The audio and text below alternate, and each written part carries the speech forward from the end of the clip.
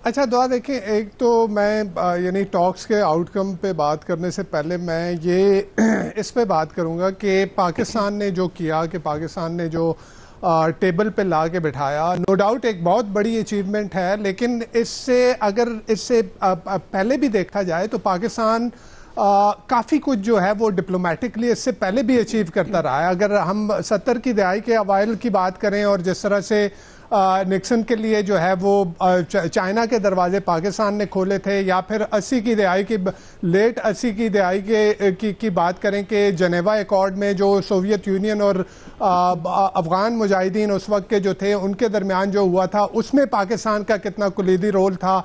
और फिर जो दोहा एकॉर्ड हुआ अब जो तालिबान और अमेरिका के बीच में, उसमें पाकिस्तान का कितना बड़ा रोल था। तो पाकिस्तान एक नेचुरल जो है वो मीडिएटर के तौर पे यहाँ पे था। गिवन आप देखें कि जब चाइना एक साइड पे था, रशिया एक साइड पे था, आप यूरोप के साथ जिस तरह के मामलात अमेरिका के थे, तो और फिर सबसे बड़ी बात कि यूएन बिल्कुल इररेलेवेंट हुआ था। अक़वाम मुत्तहिदा ऐसा लग ही नहीं रहा था कि वो कहीं है। यानी वो अक़वाम मुत्तहिदा जो कि जंगें बंद करवाने के लिए, जंगें यानी ये इंश्योर करने के लिए कि फ्यूचर में जंग ना हो, उसके लिए बना था, वो बिल्कुल इररेलेवेंट हुआ था। तो उसमें मेरे ख्याल में पाकिस्तान एक ऐसा जो है वो नेचुरल जो है मीडिएटर के तौर पे सामने आया कि जिसके ताल्लुकात ईरान के साथ भी अच्छे हैं, सऊदी अरेबिया के साथ भी अच्छे हैं, चाइना के साथ भी हैं और अमेरिका के साथ भी हैं। और फिर मेरे ख्याल में चाइना ने जो रोल प्ले किया इसमें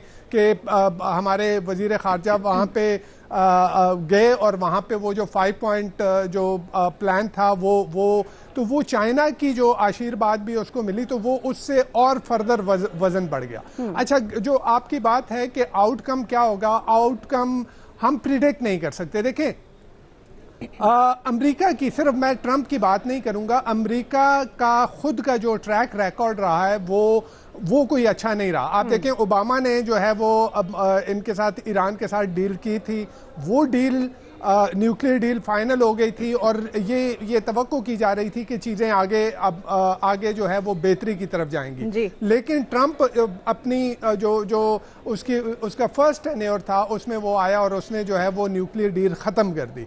अच्छा, उसके बाद अब भी इस जंग से पहले आप देखें कि जो मुज़ाकरात हो रहे थे, तो उसमें अब जो ओमान के फॉरेन मिनिस्टर हैं, उन्होंने ऑन रिकॉर्ड कहा कि चीज़ें ऑलमोस्ट तय हो गई थी। और उसके बावजूद वो यही कह रहे थे कि मुझे हैरत इस बात पे है कि क्यों ऐसे किया गया जबकि ईरान सारी चीज़ें मान चुका था।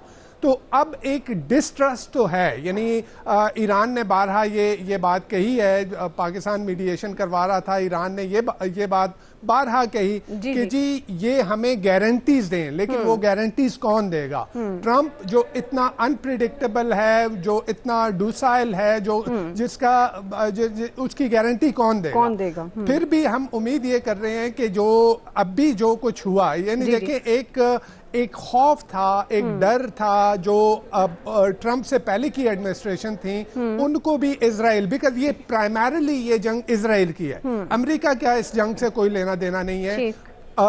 इजराइल ने, बेंयामिन नेतन्याहू ने फोर्स किया, वो इससे पहले एडमिनिस्ट्रेशन को फोर्स करता रहा, लेकिन जो पहले की जो यूएस एडमिनिस्ट्रेशन थी, शायद उनको इस बात का एहसास था कि बंद मुट्ठी खुलनी नहीं चाहिए। बिल्कुल, अब वो बंद मुट्ठी खुल गई। ईरान को ये पता चल गया कि वो सस्टेन कर सकता है, जिस तरीके से वो लड़ा, जिस तरह से उसने अपने आप को डिफेंड किया, उसके लिए इस जंग को, ये दो सुपर पावर की मिलिट्री माइट को सरवाइव करना, यही उसकी जीत थी। तो मेरे ख्याल में अब अमेरिका को भी ये एहसास हो गया होगा।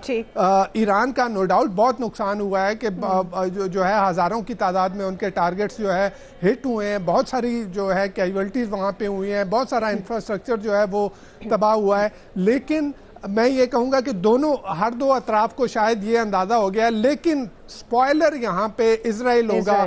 इजराइल की जो अभी भी देखें, उन्होंने जो लेबनान पे फिर फ्रेश अटैक किया, हालांकि कल प्रेसिडेंट ट्रंप ने उनको कहा था कि जी आप जो है लेबनान के ऊपर अपनी कार्रवाइयाँ रोकें, तो स्पॉइलर अगर बीच में ना आए तो मेरे ख्याल में कोई बेहतरी की तवक्को की जा सकती है। सिर्फ एक सेशन से नहीं होगा मेरे ख्याल में।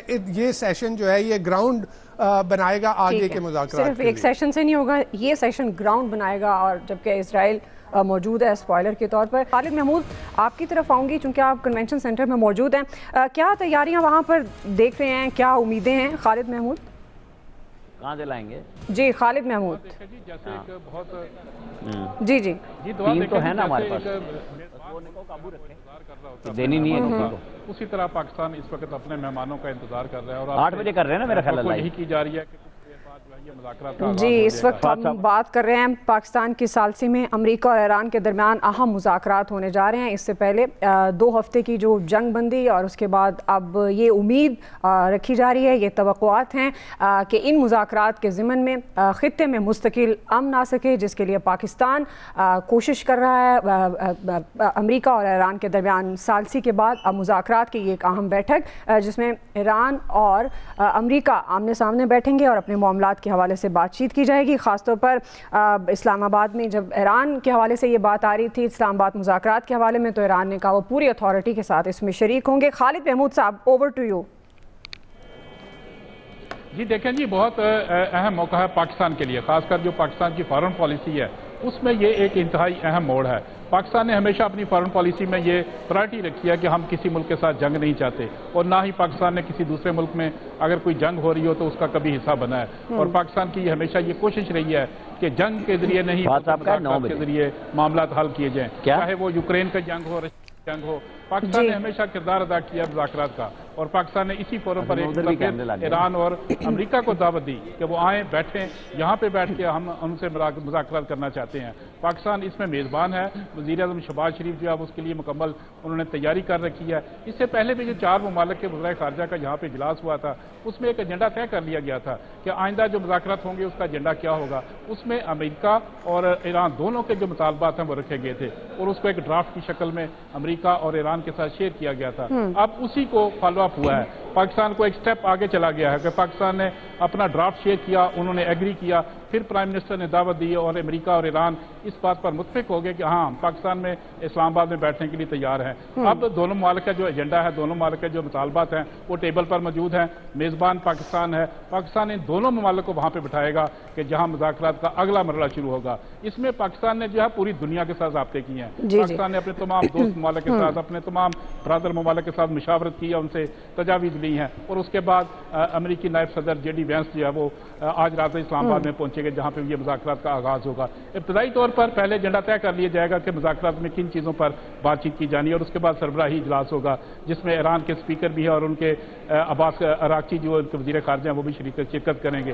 पाकिस्तान ने वो मुकाम हासिल किया है जो किसी एक मुल्क की ख्वाहिश हो सकती है।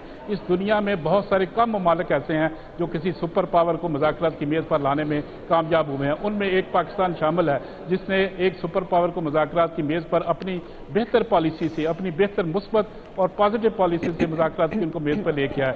ईरान ने पाकिस्तान की कोशिशों का खैर मकदम किया, डोनाल्ड ट्रंप ने पाकिस्तान की कोशिशों का खैर मकदम किया, और आज पाकिस्तान का वो मकाम है कि सारी दुनिया आज इस्लामाबाद की तरफ देख रही है कि इस्लामाबाद में पाकिस्तान मेज़बान है इन मुज़ाकरात का। और रीजन में जो इस वक्त कशीदगी है, तजारती मुआशी सरगर्मियाँ सब मुअत्तल हैं। बहरान का शिकार है सारा मिडल ईस्ट और सारा यूरोप और सारा एशिया। ये सारी चीज़ें जो सामने रखते हुए अगर हम देखते हैं कि मुज़ाकरात होते हैं